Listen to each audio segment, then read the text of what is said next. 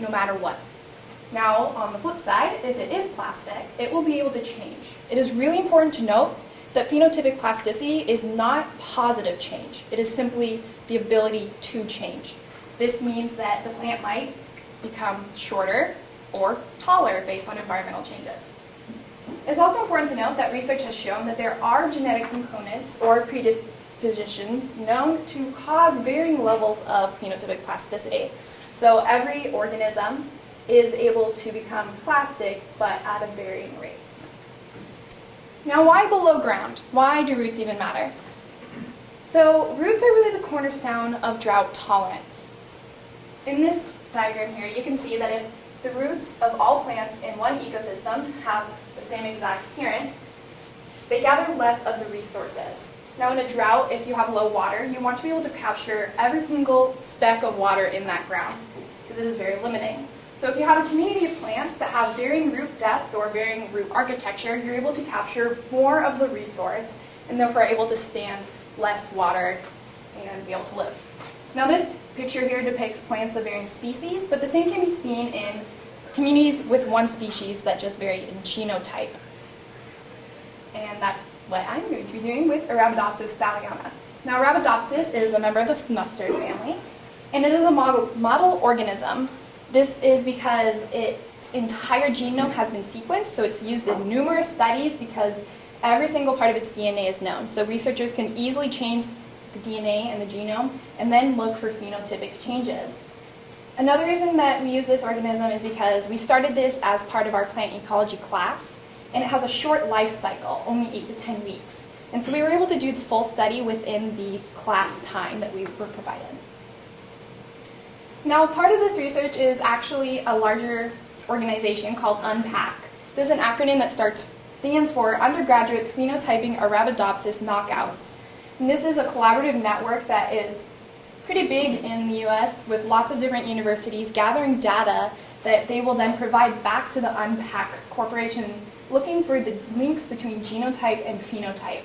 Now, the way they'll do this is by giving us seeds that have genetic knockouts, creating mutants.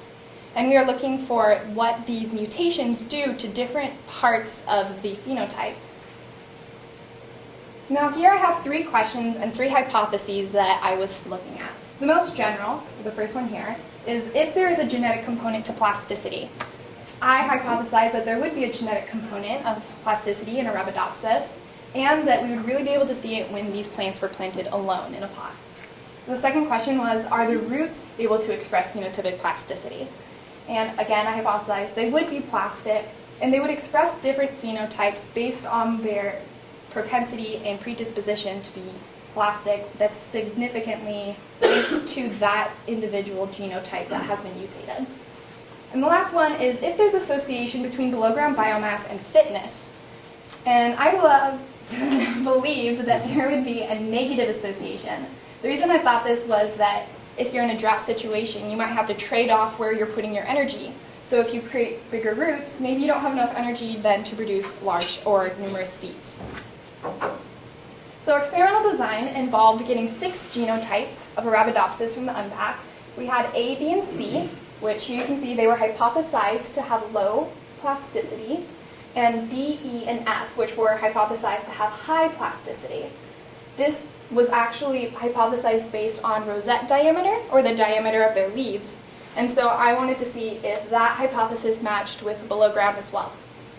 Now, within our experiment, we had 2 water treatments. As I said, we were testing drought. So for drought, we had 50 milliliters of water because we had to provide them some water or they would completely die and we'd have nothing to study. And then the non-drought, which had twice as much water, at 100 milliliters. And within each of these, we had 15 replicates, so then we had a larger sample size to perform statistics on. We also planted them in monocultures, which means one genotype altogether, or multicultures, which in this instance means multi genotypes. And I really focused on the monocultures and a subset within that was genotypes planted alone compared to like 6 genotypes of the same planted together. So to start off, we had to germinate our seeds. We were given the seeds and we had to plant them on this wet filter paper. They were tiny, like smaller than the head pin. So we had these tiny little paintbrushes And we put them on wet filter paper and labeled it, and then they were put in the refrigerator for a week to start the germination process. Once they were germinated, we were able to put them in their pots. To do this, we filled pots with dirt and then labeled each pot with what treatment would go there, which was randomly generated. By randomly generating each location, we were able to remove sample bias, because within the greenhouse there might be pockets of cooler or warmer temperatures or different amounts of sunlight. And so by spreading them out throughout the greenhouse, we were able to remove sample bias. Once we had them placed into the pots, we then used water bottles to rinse the little seeds into the holes that we did. Since they're such small seeds, we didn't need to cover them. They just went into the hole.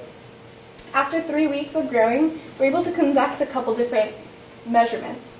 The first of which was rosette diameter, which, as I said, is kind of an approximation of how large the seed rosette or the leaves of the plant was. We measured length and width from tip to tip of the widest leaves. We were also able to measure height, which was calculated from the very base of the dirt all the way to the tallest point of the plant. After that, we conducted a very grueling exercise in patience by counting how many seed pods every single plant had. Some ranged between 0 and 1,000, so it took quite a long time to do. But it is a really good indicator of how they respond to drought.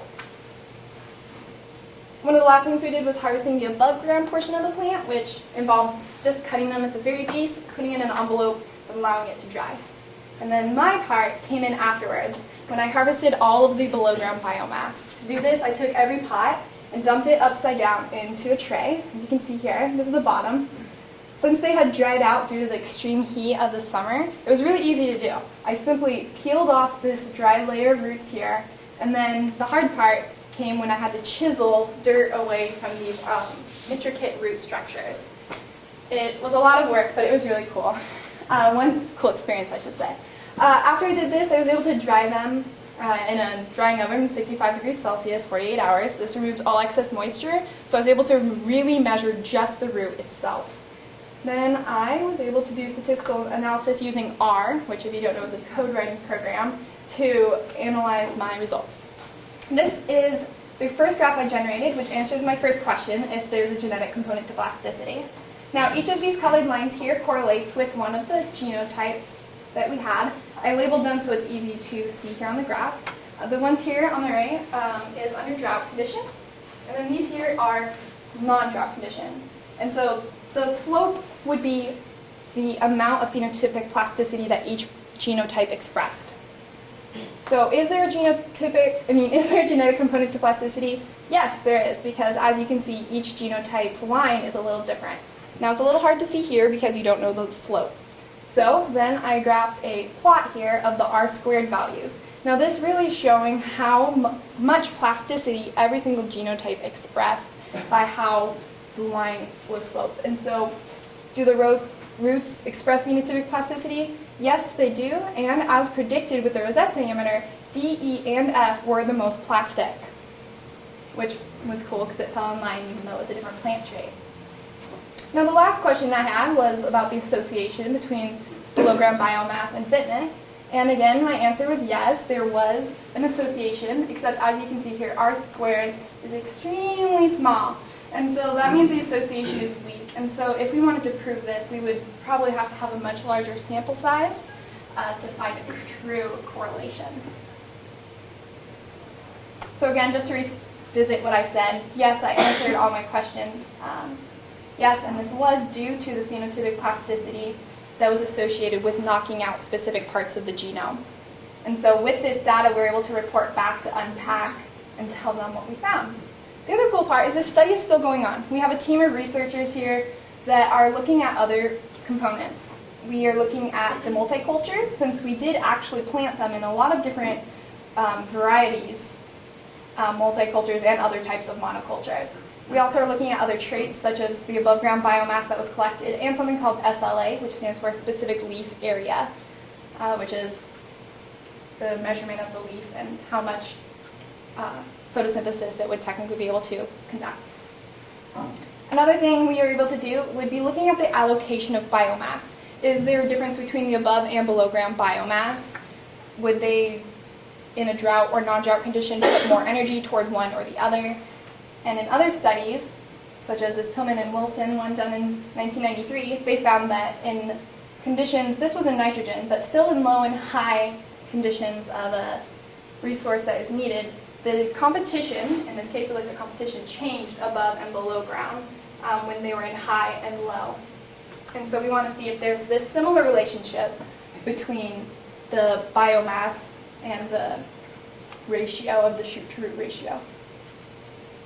Now really, my reason for doing this is because I'm interested in plants and climate change and how it's all related, and how phenotypic plasticity is really going to play a part into this. So climate change, most of you know from class, we've talked about it in a lot of bio classes, drought is a big problem for plants. It kills them if they're not able to change. Now 36 countries face extreme water stress according to the World Resource Institute. Now what this really means in terms of my study is that if we can find genomes that are more plastic than others, we'd be able to create lines of plants that would be able to still live and be productive in these changing environments. Now another pattern in the climate that's happening is anomalies in precipitation. The same can be said for temperature, but since I'm doing drought, I focus on precipitation.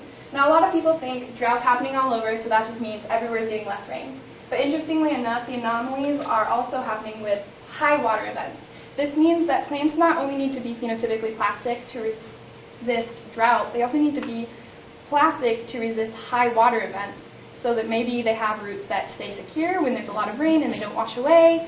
They just have to be really plastic and fit this wide range. And so finding ways in the genomes and the exact parts of the genes that can do this would really be able to help us with agriculture. Now this is a study done by UC Davis on the California drought and agriculture in the state. Now 2015's drought was worse than 2014, so these numbers are even worse this year. So last year, the number of jobs lost was 17,100 just because of a drought. And the amount of money that was lost was 1.5 billion, and it cost them 2.2 billion. This is because they had to truck water in from other places or replace crops or everything else. And so being able to create crops that can withstand these changes would save money, save jobs, and save food shortage, because if you have crops that can't withstand the environmental changes, then you won't have any food. And last but not least, I'd like to thank Cynthia Chang, my research professor, for all her hard work and patience, and also the class of 2015 for plant ecology for all their hard work gathering data, as well as the Unpacked 2015 research team. And that's all.